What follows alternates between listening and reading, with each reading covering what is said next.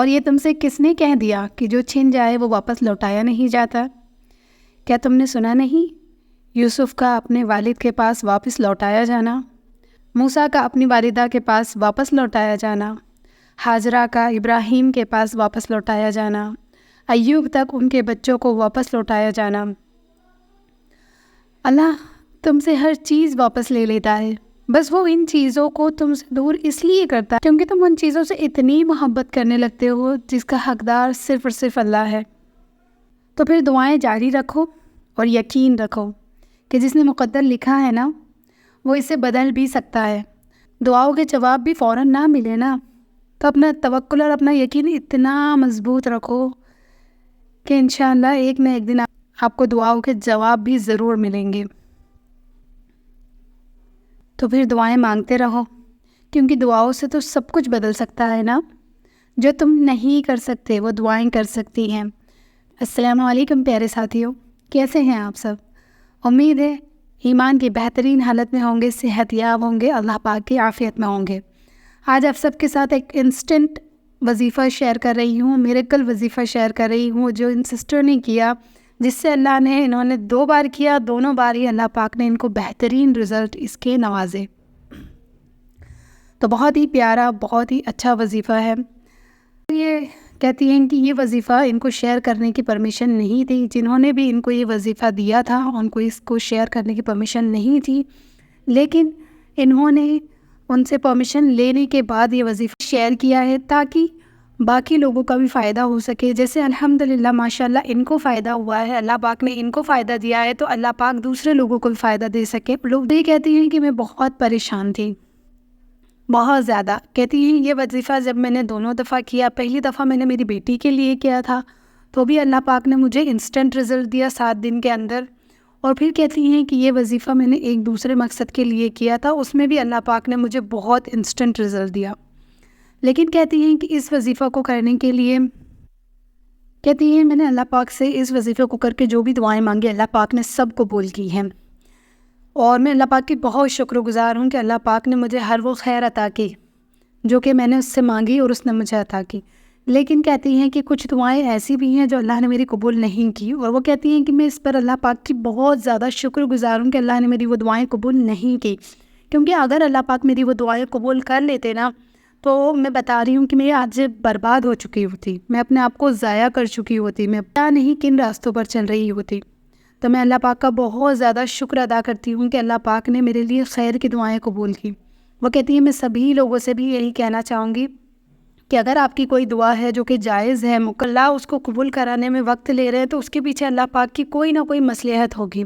لیکن اگر آپ کی کوئی دعا ہے جو کہ جائز بھی ہے لیکن وہ قبول نہیں ہو رہی ہے تو اس پر بھی اللہ پاک کا شکر ادا کیا کیجیے، کیونکہ آپ کو یا ہمیں نہیں پتہ ہوتا کہ اس کے بعد ہماری زندگی میں کیا چینجز آنے ہیں۔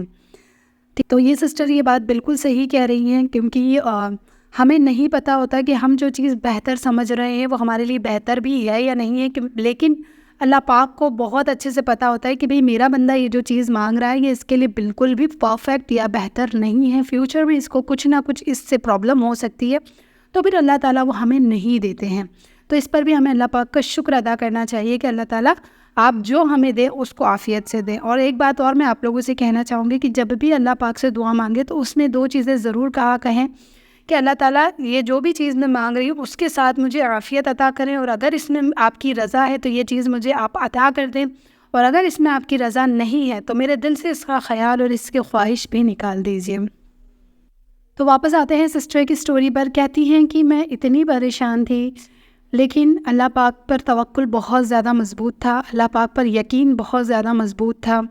کہتی ہیں کہ جو میں نے اللہ سے مانگا ہے نا آج میرے پاس ہر وہ چیز موجود ہے الحمدللہ اللہ کے احسان سے، اور ہر چیز اس کے وقت پر مجھے ملی ہے۔ ضروری نہیں ہے، ایسا بالکل بھی نہیں ہوا کہ میں نے مانگی اور اللہ پاک نے ہاتھوں ہاتھ مجھے وہ چیز دے دی۔ ہر وہ چیز اس کے اتنے بہترین وقت پر اللہ نے مجھے دی ہے کہ میں خود حیران رہ گئی کہ کس طرح اللہ کی مصلحت ہے کہ میں اس کو اس وقت مانگ رہی تھی، اس وقت اگر یہ چیز مجھے مل جاتی تو یہ اتنا فائدہ مجھے نہیں دیتی جتنا فائدہ یہ آج مجھے دے رہی ہے۔ تو یہی اللہ پاک کی مصلحت ہوتی ہے، اور یہی یقین کے معجزے ہوتے ہیں۔ جس کا یقین اللہ پاک پر مکمل ہوتا ہے اس کے لیے اللہ پاک ایسے ہی راستے بناتے ہیں۔ کہتی ہیں یہ وظیفہ اتنا زیادہ پاورفل ہے، اتنا پاورفل ہے کہ 7 دن کے اندر ہی اگر اللہ کا حکم ہوا کہ تو آپ کو رزلٹس مل جائیں گے. آپ کو 2 سے 3 دن میں رزلٹ دکھنے لگ جائیں گے، اور جو آپ کی حاجت ہے، خواہش ہے، اللہ پاک کے حکم سے بہت ہی جلدی 7 دن کے اندر مکمل ہو جائے گی، جیسے کہ میری ہوئی ہے. کہتی ہے میں نے دونوں دفعہ کیا، دونوں دفعہ اللہ پاک نے مجھے بہترین رزلٹ دیے. پہلی دفعہ میں نے میری بیٹی کے لیے کیا تھا، اور دوسری دفعہ میں نے میرے ہسبینڈ کے ساتھ باہر کے ملک میں شفٹ ہونے کے لیے کیا تھا، کیونکہ میرے ہسبینڈ کی جاب آؤٹ آف انڈیا لگ گئی تھی. لیکن ان کے ساتھ مسئلہ یہ تھا کہ فیملی کو وہ اپنے ساتھ نہیں لے جا سکتے تھے. تو اللہ پاک نے اس وظیفے کے سے مجھے اتنی جلدی رزلٹ دیا، اتنا جلدی رزلٹ دیا کہ میں خود حیران تھی، کیونکہ ہم خود اس گمان میں تھے کہ ابھی میرے ہسبینڈ وہاں پر شفٹ ہوئے ہیں تو آلموسٹ 1-2 سال لگ ہی جانے ہیں وہاں پر فیملی کو سیٹل کرنے میں، فیملی کے لیے اسپیس بنانے میں. لیکن وہ کہتی ہیں کہ اس وظیفے کی برکت کی وجہ سے اللہ پاک نے مجھے میرے ہسبینڈ کے پاس 2 مہینے کے اندر پہنچا دیا. 2 مہینے کے اندر یہ وظیفے نے میری زندگی بدل دی. میں میرے ہسبینڈ کے ساتھ الحمدللہ بہترین رہائش کے ساتھ سیٹلڈ ہو گئی، اور میرے بچوں کے ساتھ سیٹلڈ ہو گئی. پھر کہتی ہیں ایک اور بار میں نے میری بیٹی کے لیے کیا تھا. جب میں پہلی دفعہ پریگننٹ تھی تو سبھی لوگ مجھے دعائیں دیتے تھے، سبھی لوگ مجھے کہتے تھے کہ اللہ پاک بیٹا دے، اللہ پاک بیٹا دے، جیسا کہ ہمارے معاشرے میں نارملی ہوتا ہے کہ ہر ایک کو لگتا ہے کہ یار بیٹا ہو جائے، بیٹا ہو جائے. لیکن کہتی ہیں کہ میری بہت زیادہ خواہش تھی کہ میری پہلی اولاد بیٹی ہو، اور میرے ہسبینڈ کو بھی بیٹیاں ہی زیادہ پسند تھیں. تو اس کے لیے بھی میں نے یہ عمل کیا تھا، اور اللہ پاک نے میری دعا قبول کی، اور اللہ کے حکم سے مجھے بیٹی ہی ہوئی. تو وہ کہتی ہیں کہ اب میں آپ کو وظیفے کے بارے میں بتا دیتی ہوں کہ یہ وظیفہ کیسے ہے، کس طرح کرنا ہے. کہتی ہیں یہ وظیفہ ہے سورہ یاسین کا وظیفہ، جس وظیفے نے میری زندگی بدل دی. اس وظیفے کو آپ کو اس طرح کرنا ہے کہ جب آپ یاسین کو پڑھنا شروع کریں گے تو آیت نمبر 12 پر احصیناہ فی امام مبین، یہاں پر آپ کو رک جانا ہے. اس کے بعد آپ کو سورہ واپس شروع کر دینی ہے.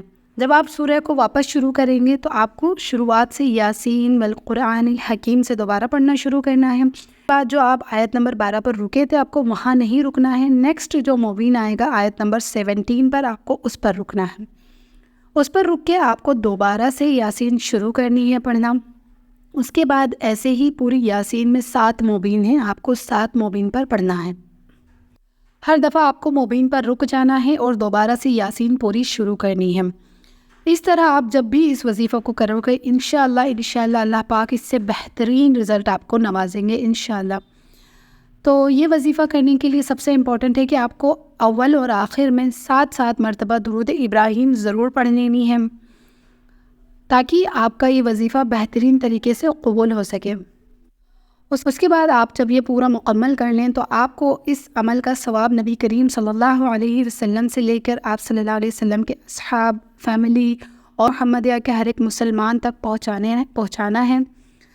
اوکے، اینڈ دین اس کے بعد آپ کو سجدے میں چلے جانا ہے، اور جو بھی آپ کا مقصد ہے، جو بھی آپ کی دعا ہے، آپ کی حاجت ہے، اس کے لیے بہت زیادہ توجہ کے ساتھ گڑ گڑا کر تڑپ کر اللہ پاک سے دعا کرنی ہے. انشاءاللہ اللہ پاک سے ایمان ہے، توکل ہے کہ آپ کی دعا ضرور قبول ہوگی.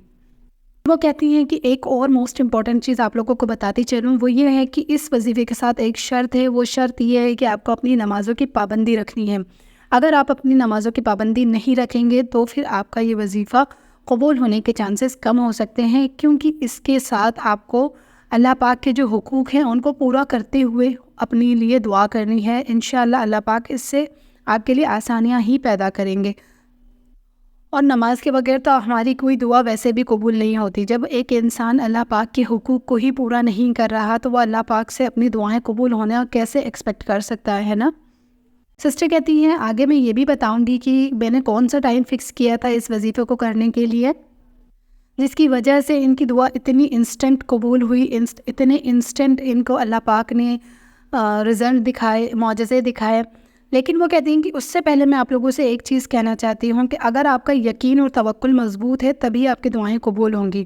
کیونکہ ہمیں یہ کبھی بھی نہیں سوچنا ہے کسی بھی وظیفے کو، کسی بھی دعا کو کرتے ہوئے کہ اللہ پاک قبول کریں گے یا نہیں کریں گے.